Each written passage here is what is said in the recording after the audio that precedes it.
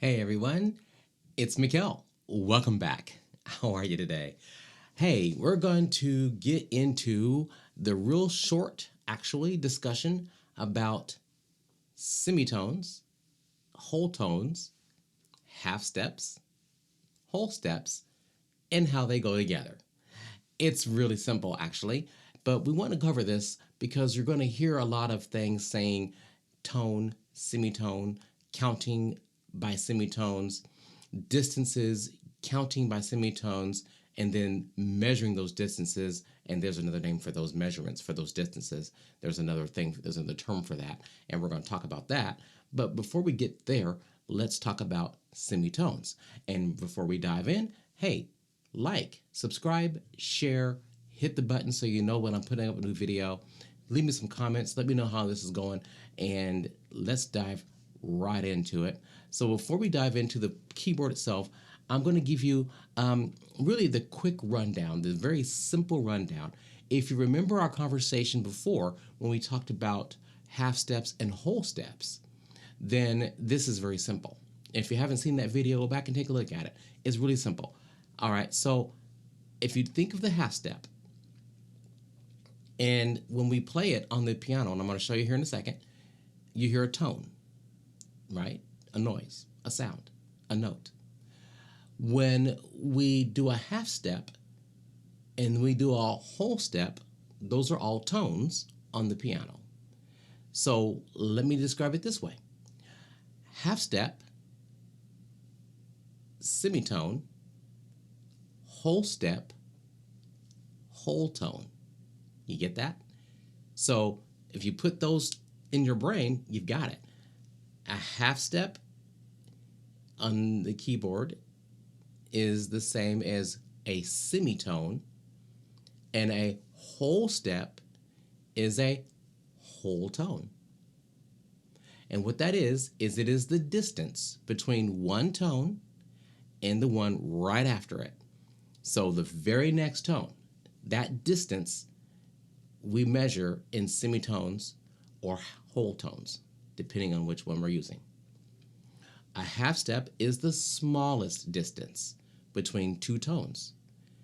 And on your piano, on your keys, it is the smallest distance between one key to the very next key, which we showed you that when we were talking about half steps and whole steps. And your whole step is the whole tone, and it is twice as big as a half step or a semitone. Remember we talked about that it takes two semitones to make a whole tone? Twice, right? Twice the distance. So if you're talking distance, because remember these are all distance measurements for music and in piano. So a whole step is twice the distance. It's twice as big of a semitone. Two semitones makes a whole tone. So on the piano, it's usually the distance between one white key to the next white key for a whole step. Can be one black key to the next black key as well, with some exceptions. We talked about those. All right, so now let's go to the piano where you can actually see exactly what I'm talking about. Like I said, this one is actually really, really simple, very, very quick, very, very fast. Looks like you can't see my piano. There we go. Let's have some light. All right, so really quickly, we talked about how if you go a half step, it's not this one. This will be a whole step because there's a half step in the middle, a key right here. This very next key, that distance, that's a half step. That's also a semitone. So half step, semitone is half the distance of a whole step or a whole tone. So if you put them together and say half step is synonymous with semitone, whole step is synonymous with a whole tone, you got it. Half step, semitone. Whole step, whole tone. Pretty simple.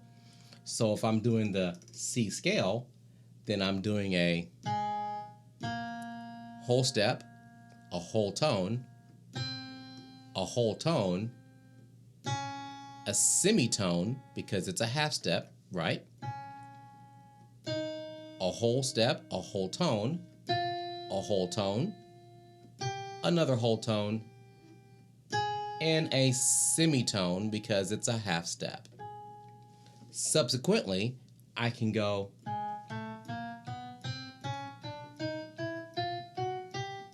that's all semitones that way. I did semitones all the way up,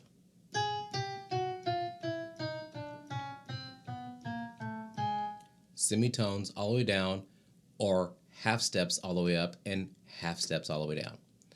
That becomes important because we count that way to find a lot of different things on the keyboard. We will find some things we call seconds, thirds, fourths, fifths, or perfect fourths, perfect fifths. We will find some things that we call intervals. That's the distance that we're measuring. That distance is called an interval. Technically, in measurements, all measurements are intervals. We just don't call them that. And it is the distance from one thing to the very next thing, whatever that thing may be. In music, we have names for those. If I go from here to here, there's a name for that. Now, we just discovered how to move. The movement of that is half step. The movement of the tones is semitone. The name of the measurement, or the interval for measurement, use interval, of the interval is a specific name for that. And a specific name for that all the way up the board. And we'll get into that discussion on another video because it's a little bit more in depth. But that's all there is to semitones. A half step are semitones. Whole steps are whole tones. I just did all whole tones all the way up, and it sounds funny, doesn't it? Those are all whole tones. So, again, that's pretty short, pretty simple, pretty easy. Not too involved, and semitones and whole tones and half steps and whole steps.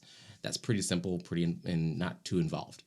But we use those to measure the distance, which we're going to talk about more. The distance, which we call interval, just like if you have a yardstick, you call it a yard. If you have a ruler, we call that a foot. If you're in metric, then you're going to get into what? You're going to get into kilometers, and you're going to get into millimeters. You're going to get into centimeters, right? You get into that. So those are what we call those, right? So in music, we call that distance measurement an interval. So we'll talk about intervals. Now, why is all that important so you can make music? Because knowing those things can help you to purposely discover, find, and create certain sounds that you want to create. You know exactly what to look for, where to find those, how to make those. When you're reading music and you see these things in music, you're like, I know what that is. And it just helps you. So all these things help you to hone your knowledge, which makes your playing better because you can think in terms that maybe help you. How's that? All right. That's long enough. I will see you on the next video. Be sure to like, subscribe, share, hit the bell icon, and so you know when I get more videos. Leave me some comments, and I will see you on the next video. We will talk a little bit more in depth about intervals and how they work. And they're pretty simple, and there's lots of little things there we're going to learn about the names of the distances and things you can make and listen for. Start tuning that ear and listen for some things. All right, guys. I hope you got some information out of that. Let me know, and we'll talk to you later.